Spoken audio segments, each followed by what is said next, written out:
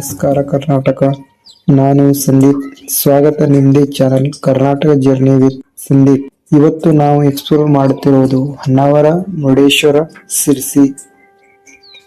ಈ ಬ್ಲಾಗ್ ನಲ್ಲಿ ನೀವು ನೋಡುತ್ತೀರಾ ಹೊನ್ನಾವರ ಸುಂದರ ದೋಣಿ ಪ್ರಯಾಣ, mangrove forest, river plus C meeting point, hidden nature spots. ಅಲೆಗಳು ಕರಾವಳಿಯನ್ನು ತಾಗುವ ಮೃದುವಾದ ಶಬ್ದ, ಬೆಳಗಿನ ಮಂಜಿನ ನಡುವೆ ಉದಯಿಸುವ ಸೂರ್ಯ, ನದಿಯ ಮೇಲಿಂದ ಹರಿಯುವ ತಂಪಾದ ಗಾಳಿ. ಪ್ರಕೃತಿ ತನ್ನ ಅತ್ಯಂತ ಸುಂದರ ರೂಪದಲ್ಲಿ ಕಾಣಸಿಗುವ ಸ್ಥಳವೊಂದಿದೆ. ಅದು ಕೇವಲ ಒಂದು ಪಟ್ಟಣವಲ್ಲ, ಅದು ಇತಿಹಾಸ, ಸಂಸ್ಕೃತಿ ಮತ್ತು ಪ್ರಕೃತಿಯ ಸಂಗಮ. ಉತ್ತರ ಕನ್ನಡ ಜಿಲ್ಲೆಯ ಹೆಮ್ಮೆ ಹೊನ್ನಾವರಕ್ಕೆ ಸ್ವಾಗತ. ಪಶ್ಚಿಮ ಘಟ್ಟದ ಹಸಿರು ಪರ್ವತಗಳಿಂದ ಹರಿದು ಬರುವ ಮಹತ್ವದ ನದಿ ಶರಾವತಿ. ಈ ನದಿ ಸಾವಿರಾರು ವರ್ಷಗಳಿಂದ ಜೀವನವನ್ನು ಪೋಷಿಸುತ್ತಿದೆ.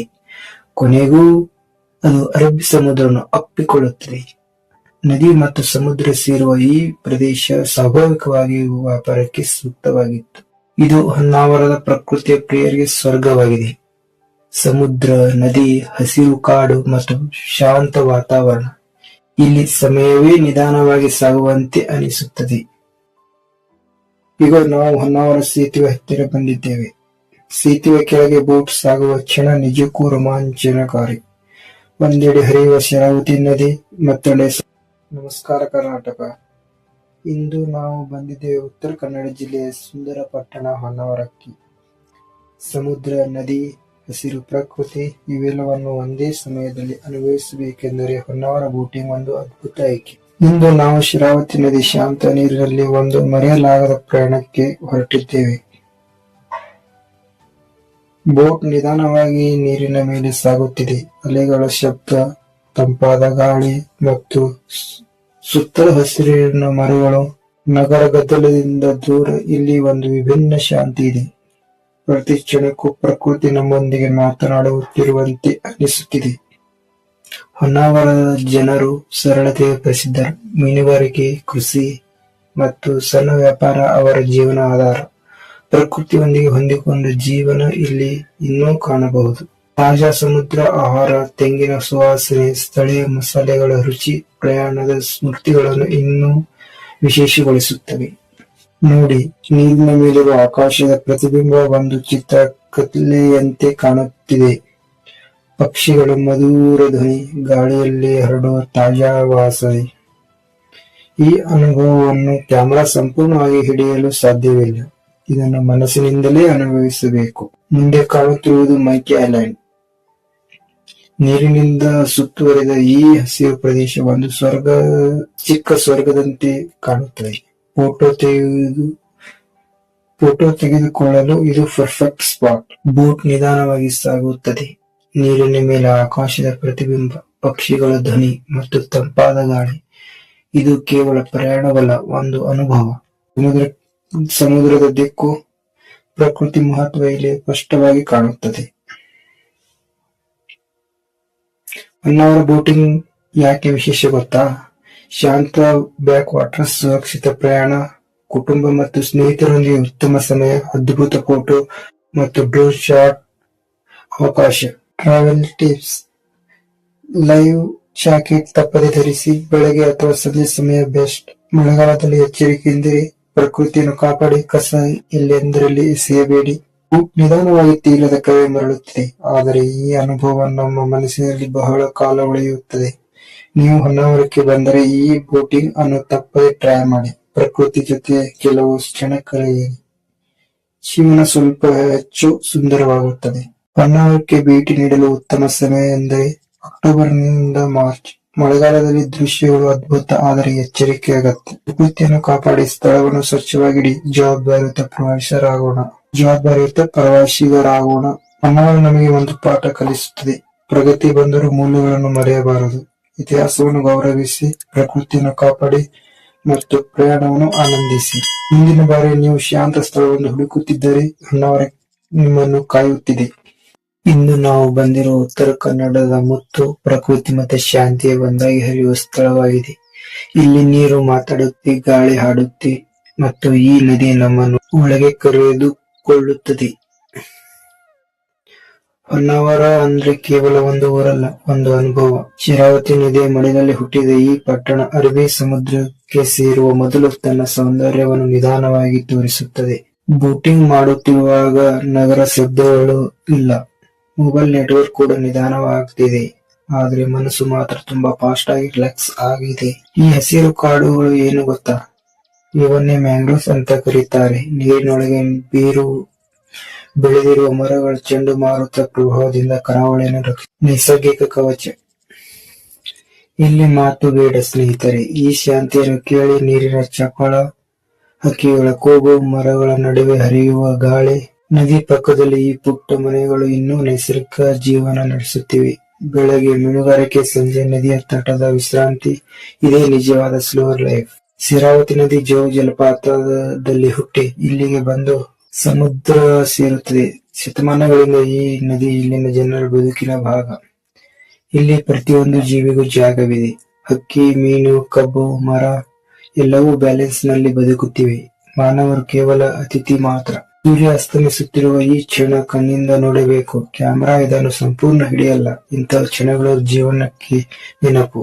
ನಾವು ಎಲ್ಲೋ ಓಡುತ್ತಿದ್ದೇವೆ, ಆದರೆ ಪ್ರಕೃತಿ ಹೇಳ್ತಿದೆ, ನಿಲ್ಲು, ಉಸಿರಾಡು, ಬದುಕನ್ನು ಅನುಭವಿಸು. ಹೊನ್ನಾವರ ಬೋಟಿಂಗ್ ಕುಟುಂಬಕ್ಕೂ ಸೂಕ್ತ. ಬೆಳಗ್ಗೆ ಮತ್ತು ಸಂಜೆ ಟೈಮ್ ಬೆಸ್ಟ್. ಮಳೆಗಾಲದಲ್ಲಿ ಇನ್ನೂ ಹಸಿರು. ಕರಾವಳಿಯ ಅಂಚಿನಲ್ಲಿ ಶಬ್ದಗಳಿಲ್ಲದ ಶಾಂತ ಲೋಕವೊಂದಿದೆ. ನಗರದ ಗದ್ದಲದಿಂದ ದೂರ ಪ್ರಕೃತಿಯ ಉಸಿರನ್ನೇ ಕೇಳಿಸುವ ಜಾಗ ಇದು ಎಕೋ ಬೀಚ್. ಇಲ್ಲಿ ಕಾಲಿಟ್ಟ ತಕ್ಷಣ ಮನಸ್ಸು ನಿಧಾನವಾಗಿ ಶಾಂತವಾಗುತ್ತದೆ.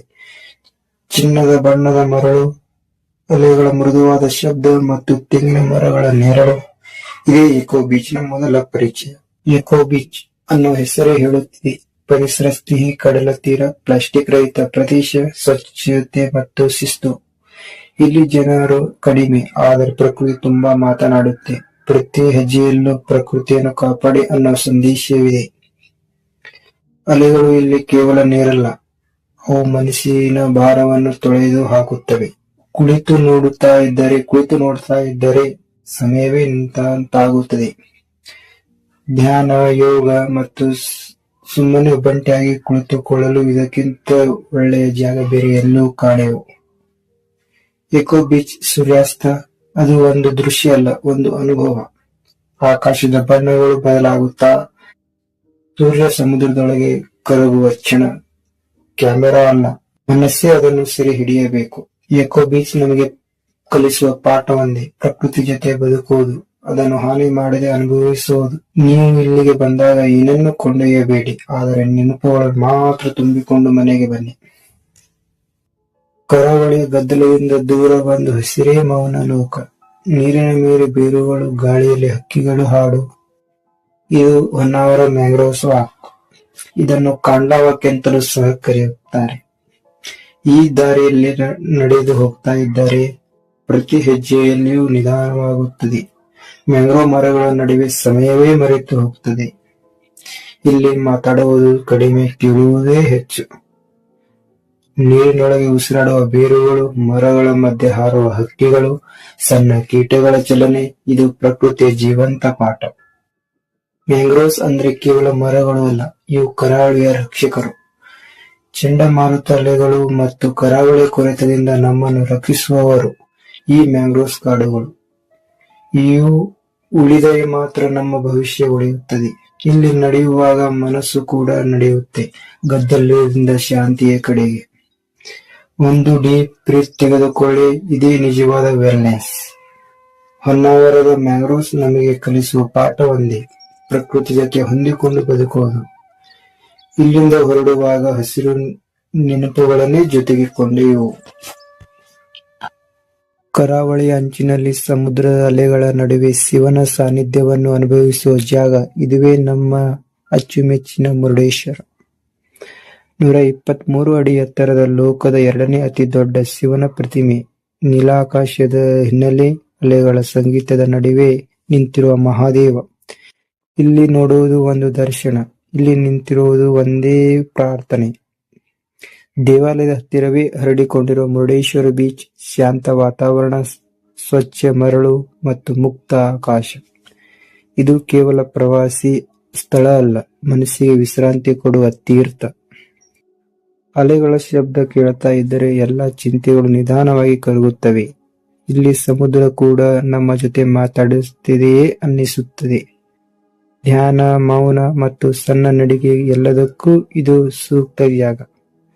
ಮುರುಡೇಶ್ವರ ರಾಜಗೋಪುರ ಮೇಲಿಂದ ನೋಡಿದ ದೃಶ್ಯ ಅಂದರೆ ಒಂದು ಜೀವಂತ ಚಿತ್ರಕಲೆ. ಒಂದೆಡೆ ನೀಲಿ ಸಮುದ್ರ, ಇನ್ನೊಂದೆಡೆ ಹಸಿರು ಕರಾವಳಿ, ಮಧ್ಯದಲ್ಲಿ ಶಿವನ ಸಾನ್ನಿಧ್ಯ. ಸೂರ್ಯಾಸ್ತ ಸಮಯದಲ್ಲಿ ಮುರುಡೇಶ್ವರ ಮತ್ತಷ್ಟು ಮಂತ್ರಮುಗ್ಧವಾಗುತ್ತದೆ. ಇಲ್ಲಿ ಬರೋದು ಒಂದು ಪ್ರವಾಸ ಅಲ್ಲ. ಈ ವಿಡಿಯೋ ನಿಮಗೆ ಇಷ್ಟವಾದರೆ ಲೈಕ್ ಮಾಡಿ, ಶೇರ್ ಮಾಡಿ. ಇನ್ನಷ್ಟು ಕನ್ನಡ ಪ್ರವಾಸ ಕಥೆಗಳಿಗಾಗಿ ಚಾನೆಲ್ ನ ಸಬ್ಸ್ಕ್ರೈಬ್ ಮಾಡಿ. ಮತ್ತೆ ಭೇಟಿಯಾಗಲು ಪ್ರಕೃತಿ ಇನ್ನೊಂದು ಕಥೆಯೊಂದಿಗೆ. ಧನ್ಯವಾದಗಳು.